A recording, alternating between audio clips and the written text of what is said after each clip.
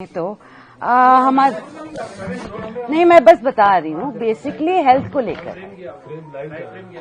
ओह, मैं बस पहले की बातचीत कर रही थी, बट आप बता दें जब ऑफिशियल कब है। अभी ऑफिशियल शुरू करते हैं डॉक्टर साहब। हाँ, मैं आज की प्रेस कॉन्फ्रेंस में मैडम कुमारी आरती सिंह राव जी का स्वागत करता हूं और सभी मीडिया बंधुओं का और सहायकार बंधुओं का बहुत बहुत आभारी हूं कि उन्होंने टाइम निकाला। और जो health department, health and medical education, Ayush और FDA सारे के सारे मैडम के पास हैं, तो इनकी के बारे में मैडम आज प्रेस कॉन्फ्रेंस करेंगी अचीवमेंट के बारे में। मैं स्वागत करता हूँ। धन्यवाद जी, धन्यवाद।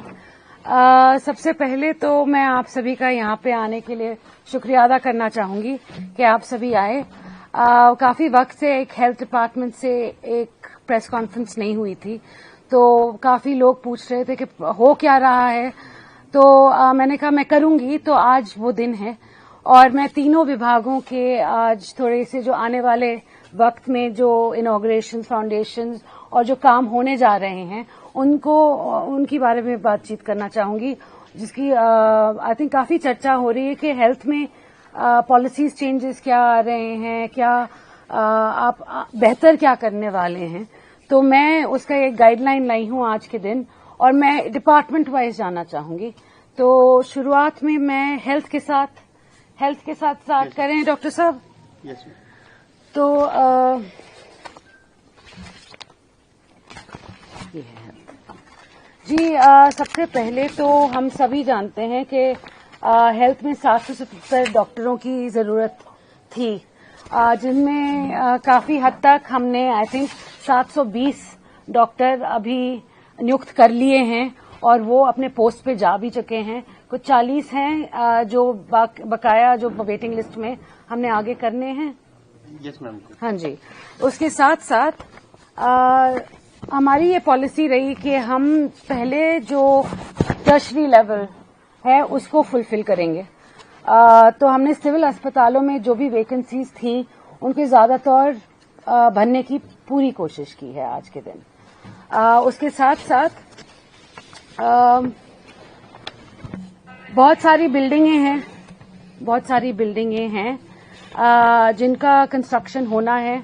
बहुत सारी बिल्डिंगें टोटली जर्जर हो चुकी हैं और पूरे प्रदेश में ये बात आती है कि देखिए हमारे को नई बिल्डिंगें चाहिए, सब सेंटर्स हों, PHCs हों, CHCs हों। हमने ये पॉइंट किया था कि कितने अस्पताल की जो बिल्डिंगें हैं या PHCs की बिल्डिंगें सब सेंटर्स की हैं, तो 785 फैसिलिटीज हैं जिनको हमें अक्रॉस द स्टेट फिर निर्माण करवाना है या रेनोवेशन करवाना है। उनमें से 534 हैं जिनकी हमारे को अप्रूवल मिल चुकी है। और मैं फिर से बोलना चाहूंगी, ये 534 जो हैं वो सब सेंटर्स भी हैं, वो PHCs भी हैं, वो CHCs भी हैं और जो सिविल अस्पताल हैं वो भी हैं। इसके साथ साथ 44 और फैसिलिटीज हैं जिनका अंडर प्रोसेस काम चल रहा है। हमारे गाइडलाइंस के तौर पे हमें आपको मालूम होगा जब सब सेंटर्स और PHCs की बात होती है तो PHCs और सब सेंटर्स का जो गांव में होते हैं वो पंचायती राज देखता है उनका कंस्ट्रक्शन, और जो शहरों में होते हैं वो ULB देखता है जी। तो ये रही कंस्ट्रक्शन की बात।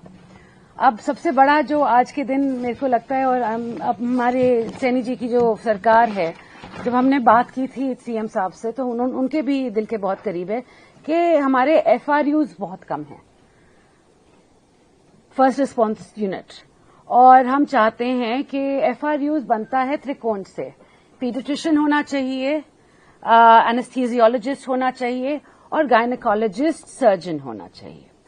और काफी वक्त से हमें ये त्रिकोण मिल नहीं रहे थे, अब धीरे धीरे मिलने लगे हैं और हमने काफी जगह FRUs नए खोल भी दिए हैं। मैं आपको बताना चाहूंगी कि 2014 में हमारे पास बस 41 FRUs थे पूरे स्टेट में, जो आज के दिन 87 हो गए हैं। और आने वाले वक्त में भी ये FRUs इंक्रीज ही होंगे। हर महीने हम 2 से 3 FRU पिछले हफ्ते 3 और गए होंगे। पिछले हफ्ते ही 3 और FRUs खुले हैं। तो हमारी यही हमारा इरादा भी ये है और हमारा सपना भी ये है कि हमारी FRUs हर डिस्ट्रिक्ट में 3-4 जगह एटलीस्ट खुले हों। इसके साथ साथ ब्लड बैंक्स की भी बात चर्चा होती है कि सरकार के पास ब्लड बैंक्स नहीं है। हमने 2 नए ब्लड बैंक्स भी शुरू किए हैं, सिविल अस्पताल चरखी दादरी और पानीपत में।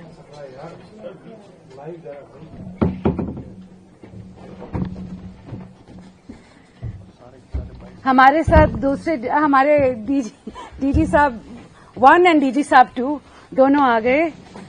आपको मालूम है कि पिछले हफ्ते हमने उज्ज्वल दृष्टि योजना की थी। हिसार में मैं थी और पूरे प्रदेश में सिविल अस्पताल, CHCs और सब डिविजनल अस्पताल के थ्रू हमने आंखों के चश्मे, जो चश्मे हैं वो बांटे थे लोगों के बीच में, और साथ साथ हमने आई टेस्ट भी करवाए थे और 1,40,000 तक हमने चश्मे बांटे हैं।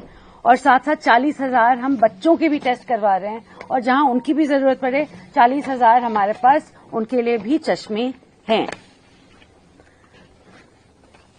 अब आने वाले वक्त में सबसे बड़ी बात है कि हमारे पास हर डिस्ट्रिक्ट में बहुत सारी इनॉग्रेशंस सीएम साहब करने जा रहे हैं अगले महीने। तो उसकी भी लिस्ट मेरे पास है जी। मैं डिस्ट्रिक्ट वाइज बताऊं, आप बताएं? मैं डिस्ट्रिक्ट वाइज बता देती हूं। जब अंबाला की बात आती है तो हमारे पास 5 सब हेल्थ सेंटर्स हैं जिनका फाउंडेशन लगने जा रहा है। रेनोवेशन, डिस्ट्रिक्ट अस्पताल के रेनोवेशन लगने जा रहा है। ये टोटल 5 करोड़ 28 लाख में होने जा रहा है।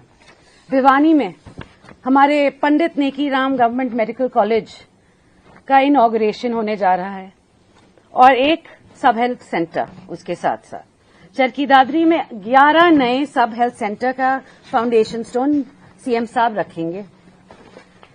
फरीदाबाद में क्रिटिकल केयर हॉस्पिटल ब्लॉक का फाउंडेशन रखने जा रहे हैं। नर्सिंग कॉलेज 2 बनने जा रहे हैं फरीदाबाद में। डिस्ट्रिक्ट अस्पताल में एक 200 बेड का MCH विंग का फाउंडेशन रखने जा रहे हैं सीएम साहब। फतेहाबाद में 3 सब हेल्थ सेंटर बनने जा रहे हैं। गुरुग्राम में डिस्ट्रिक्ट अस्पताल के रिपेयर वर्क का हो रहे हैं। सब हेल्थ सेंटर खुल रहा है और एक ब्लॉक हेल्थ यूनिट का खुल रहा है। हिसार में 8 नए सब हेल्थ सेंटर्स खुल रहे हैं। झज्जर में 2 सब हेल्थ सेंटर्स और 2 ब्लॉक पब्लिक हेल्थ यूनिट खुलने जा रहे हैं। जींद में आपका कम्युनिटी CHC जो है उसका फाउंडेशन स्टोन लगने जा रहा है 2 जगहों पे, उचाना और कंडेला में। PHC भी लगने जा रहे हैं और सब हेल्थ सेंटर भी 2 जगह बनने जा रहे हैं। कैथल में 13 फाउंडेशन स्टोन लगने जा रहे हैं सब हेल्थ सेंटर्स के। अब करनाल में क्रिटिकल केयर ब्लॉक का फाउंडेशन लगने जा रहा है। Medical college Pandit Deendayal Upadhyay UHS कोटेल, इसका इनॉग्रेशन होने जा रहा है। ये हो गए अभी तक 2 मेडिकल कॉलेजेस जिनका इनॉग्रेशन सीएम साहब करने वाले हैं। डिस्ट्रिक्ट अस्पतालों का ICU DCH करनाल में इनॉग्रेट होने जा रहा है। उसके साथ साथ रिपेयर वर्क भी हो रहा है। CHC बन रही हैं और 9 सब हेल्थ सेंटर्स दिए जा रहे हैं, फाउंडेशन स्टोन लगाए जा रहे हैं। कुरुक्षेत्र में एक नर्सिंग कॉलेज का इनॉग्रेशन हो रहा है और 2 हेल्थ सेंटर खुलने जा रहे हैं और एक PHC का इनॉग्रेशन हो रहा है। महेंद्रगढ़ में एक और, आप सभी जानते हैं, मेडिकल कॉलेज बन गया है कोरियावास में, उसका भी इनॉग्रेशन होने जा रहा है। और इसके साथ साथ नारनौल में एक ट्रॉमा सेंटर है, उसका भी इनॉग्रेशन सीएम साहब करने जा रहे हैं। नूह में क्रिटिकल केयर हॉस्पिटल ब्लॉक का फाउंडेशन लगने जा रहा है। उसके साथ साथ एक MCH मदर एंड चाइल्ड अस्पताल, वो भी उसका फाउंडेशन लगने जा रहा है। डिस्ट्रिक्ट हॉस्पिटल मांडीखेड़ा में जो CH है हमारा सिविल अस्पताल, उसका रिपेयर वर्क होने जा रहा है। और एक प्राइमरी हेल्थ सेंटर भी लगने जा रहा है। और इसके बाद सभी बोलते हैं कि हम मेवात का ख्याल नहीं रखते। सबसे ज्यादा आज के दिन सब हेल्थ सेंटर जो खुलने जा रहे हैं वो है पूरे 21, वो नू को मिलने वाले हैं।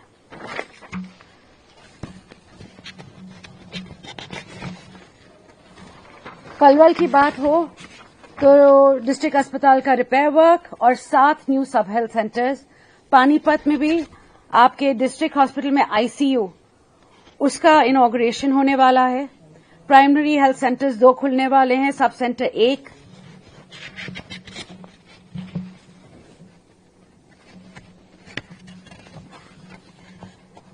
पंचकुला, यहां पे एक कॉलेज ऑफ नर्सिंग का इनॉग्रेशन, बिल्डिंग का इनॉग्रेशन होने वाला है। और डिस्ट्रिक्ट अस्पताल में जो मैटरनिटी ब्लॉक है उसका फाउंडेशन, एडिशनल ब्लॉक का फाउंडेशन, और सब हेल्थ सेंटर्स 2 बनने जा रहे हैं, 3 बनने जा रहे हैं टोटल। पंचकुला नहीं, ये पंचकुला का, सॉरी, ये था रेनोवेशन और नर्सिंग कॉलेज सिर्फ पंचकुला का। अब रेवाड़ी की बात आती है। रेवाड़ी में सिविल अस्पताल का एडिशनल ब्लॉक बनने फाउंडेशन करने जा रहे हैं CM साहब। मैटरनिटी ब्लॉक का फाउंडेशन करने जा रहे हैं CM साहब। और फिर साथ साथ सब हेल्थ सेंटर 3 देने जा रहे हैं रेवाड़ी डिस्ट्रिक्ट को। रोहतक डिस्ट्रिक्ट में मेडिकल कॉलेज का बेसिकली रेनोवेशन करने जा रहे हैं और हेल्थ ब्लॉक यूनिट 1 बनने जा रहा है। सिरसा, मैं कहूंगी नू नहीं, आई थिंक सिरसा में सबसे ज्यादा पब्लिक सब हेल्थ सेंटर्स हैं, कुछ आई थिंक 25 या 26 हैं। पूरे सिरसा में 26 से 30 सब हेल्थ सेंटर्स बनने जा रहे हैं। Sonipat critical care block foundation Khanpur कला में, और डिस्ट्रिक्ट अस्पताल में एक MCH यूनिट का फाउंडेशन स्टोन, और बाकी रिपेयर वर्क। और सब हेल्थ सेंटर्स 5 मिल रहे हैं सोनीपत को। ये थी बड़े बड़े शब्दों में हेल्थ की। ये एक ही दिन करेंगे? हाँ जी, हाँ जी। अभी तो प्लान यही है, वो CM साहब की तरफ से आपको 2 मेडिकल कॉलेज हैं, 3 हैं। 3। हाँ जी। ये इस एकेडमिक सेशन से तो नहीं आ रहे हैं? इनॉग्रेशन हो रही है इन तीनों की। जी अभी हम क्या कर रहे हैं, हम कोशिश कर रहे हैं ज्यादा से ज्यादा हम डॉक्टर्स, प्रोफेसर्स, असिस्टेंट प्रोफेसर्स वहां पे कार्यरत करें ताकि हम जल्द से जल्द खोल सकें। नेक्स्ट पे होगा? हाँ जी, 26-27 से ही होगा। मगर अगर हम काम आपने वो करवा दी मैम, एक का इंस्पेक्शन कोरियावास का इंस्पेक्शन हो गया है, भिवानी का होने को है। हाँ जी, दोनों का हो गया। चलिए बहुत बढ़िया। मगर स्टूडेंट्स कब तक आएंगे? इंस्पेक्शन की रिपोर्ट आते ही मैम, तो अगले साल ही आएंगे। तो वो तभी मैं बोली ना, अगले साल ही हो सकता है, ये तो इस साल नहीं हो सकता। भिवानी का हम कोशिश कर सकते हैं, मगर हम पक्का तो हम अगले साल तक ही प्रॉमिस करेंगे इसको, क्योंकि हमारी पूरी कोशिश है आज के दिन कि हम ये तीनों जो कॉलेजेस हैं वो जल्द से जल्द अपने पैरों पे खड़ा करें और स्टूडेंट्स को इसके, और आई थिंक इन दोनों को मिला के हमें 300 और सीट्स मिल जाएंगी MBBS की। वो बहुत बड़ी बात है, क्योंकि हमारे पास आज के दिन डॉक्टर्स की कमी बहुत ज्यादा है। तो जितने मेडिकल कॉलेजेस बनेंगे और जितने हमें स्टूडेंट्स मिलेंगे, तो आगे जाके आई थिंक हरियाणा सरकार को भी कोई आने वाले वक्त में प्रॉब्लम नहीं होगी डॉक्टर्स और MOs मिलने की। बजट की बात करें तो इन 3 कॉलेजेस की चरखी दादरी नहीं, यू आर रॉन्ग।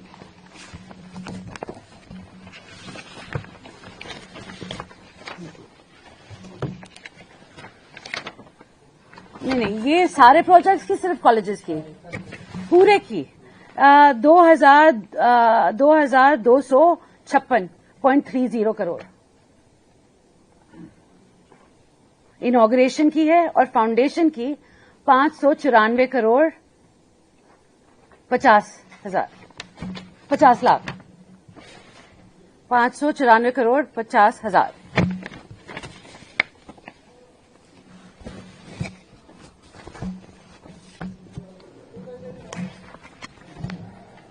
अब मैंने ज्यादा तौर पे आपको बता ही दिया है कि 3 कॉलेजेस खुलने जा रहे हैं, मगर जहां एमईआर की बारी आती है तो मैं बताना चाहूंगी कि 2014 में हमारी पूरी टोटल एमबीबीएस सीट्स होती थी 700, ये आप सभी को मालूम होगा। आज के दिन वो 2185 हैं, और टोटल पीजी सीट्स होती थी 289, और आज वो 874 एमडीएमएस है, और डिप्लोमा और डीएनबी 169 है। डेंटल कॉलेजेस आज के दिन टोटल बीडीएस सीट्स 950 हैं, एमडीएस सीट्स 250 हैं। फिजियोथेरेपी कॉलेजेस की 1476 बीपीटी सीट्स हैं, और एमपीटी सीट्स 421 हैं। टोटल नर्सिंग सीट्स आज के दिन, और मैं ये सबका ANM, GNM, BSc, MSc, PB, NPCC सबको मिला के 13,011 हैं, जो पहले इससे कुछ 20 या 30% पे ही हुआ करती थी। और हमारा आज के दिन आई थिंक सबसे बड़ा जो आने वाले वक्त में हमें हमारी जो पीजी सीट्स हैं उसको बढ़ाना है, कि हम सब देख रहे हैं आज के दिन कि हमारे पास सुपर स्पेशलिटी वाले डॉक्टर्स नहीं आ रहे। पहले तो हरियाणा में सिर्फ 700 ही सीट्स हैं, जो पहले से तो कहीं ज्यादा हैं, मगर जितनी होनी चाहिए उससे अभी तक वहां उस लेवल तक हम नहीं पहुंचे। तो इन मेडिकल कॉलेजेस के थ्रू हम पीजी सीट्स भी और इंक्रीज करके सुपर स्पेशलिटी डॉक्टर्स अपने बीच अपने सारे जो अस्पतालों में हैं वहां पे कार्यरत करना चाहते हैं। एक आयुष्मान योजना के तहत पेमेंट नहीं हो रही सिविल अस्पतालों में, और उसकी वजह से हार्ट के मरीजों को दिक्कत आ रही है, क्या कहना चाहेंगे? मैं ये कहना चाहूंगी कि आप पहले तो जब प्रश्न करें तो आप बोलें कि आप एक इंस्टीट्यूशन की बात कर रहे हैं और बाकियों की नहीं कर रहे। आप मेडिट्रीना की बात कर रहे हैं फिर से, हाँ या ना? हरियाणा की बात नहीं, आप मेडिट्रीना की बात कर रहे हैं, मेडिट्रीना की ही बात कर रहे हैं ये। हाँ जी, मैं बोलूं कि ये पूरे हरियाणा की बात नहीं है, ये एक अस्पताल की बात है जिनके पास 4 ब्रांचेस हैं, जिनकी बात आई है सामने। और इनका क्या हुआ है कि ये चाहते हैं कि ये अपना आयुष्मान जो इनके पास पॉलिसी के तहत उनको सिविल अस्पताल के साथ अपने ट्रीटमेंट्स हैं वो पैसे नोडल ऑफिसर से पास करवाने पड़ते हैं, और फिर उनको पैसे मिलते हैं। ये चाहते हैं कि डायरेक्ट आयुष्मान के साथ उनका संपर्क हो और सीएच बीच में ना हो। अब पूरे हरियाणा में ऐसा कोई केस नहीं है जहां डायरेक्ट आयुष्मान डिपार्टमेंट के साथ उनका कोई एजेंसी है कि वो डायरेक्ट कर सके। हमेशा सरकारी अस्पताल पहले आएगा, नोडल ऑफिसर पहले पास करेगा और फिर उनको पैसे मिलेंगे। It happens case to case. अब हर केस पे आपको दिखाने पड़ेंगे आपकी फाइल्स। तो मैंने मेडिट्रीना वालों से बात भी की थी, चर्चा भी की थी, और उनके काफी सारे केसेस हैं जहां पर उनको बहुत प्रॉब्लम पड़ रही है पूरे केस फाइल्स दिखाने की। साथ साथ आप भी जानते होंगे, आप पूरे प्रश्न